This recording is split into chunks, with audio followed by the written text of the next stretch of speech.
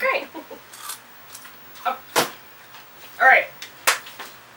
So this is probably like 2008-ish, I think. I was managing a restaurant at the Hilton Elk and Key store. A shitty restaurant. Good food, but they hadn't renovated it till, since the 80s. It was just like falling apart, and I was pretty embarrassed about it. One night, I'll back up. So for a couple of months, upper management was like, you got to cut costs any way you can, right? So cut your labor costs. So when the restaurant dies down, he told me, my boss, he said, cut your staff. And for the last hour, because we're open till 11 at night, he's like, you can take any tables. And I'm like, oh, fuck you, but okay. I don't have a choice here. So it was a really slow night. I had cut my staff like at 8 or 9. It was just me, and I was like, perfect. So I got some of my paperwork, and I sat in the booth, and I was like doing my paperwork. There was one server left and one guy in the kitchen, and I see somebody approaching because there's like double doors there going into the restaurant. God fucking damn it. And I see this guy approaching, and we have the podium like pulled in, it's obvious we're about to close. And I'm looking, and I'm like, fuck, it's Dave Chappelle. And he comes in, and so I jump out of the booth and like rush to meet him. I'm like, would you like a booth or a table?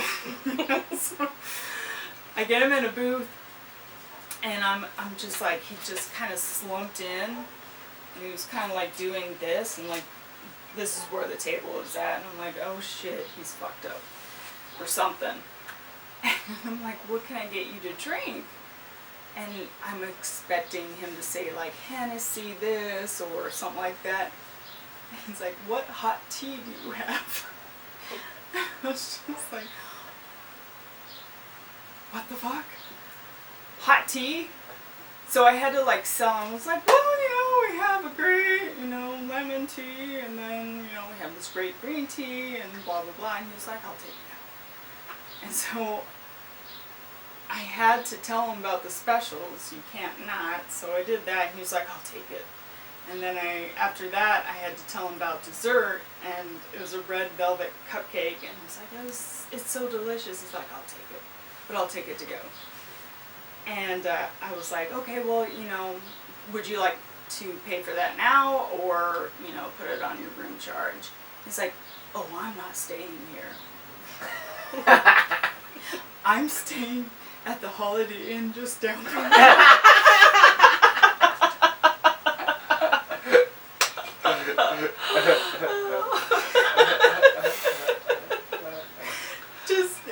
You didn't think there was no humor behind it. It was like, I'm like, oh shit, he's serious.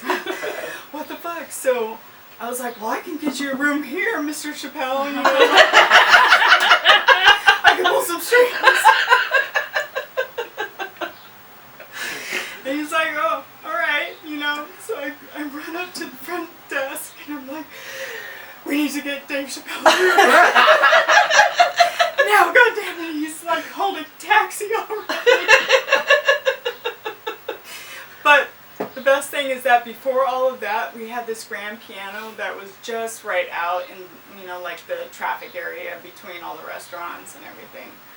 And he went and he fucking played piano.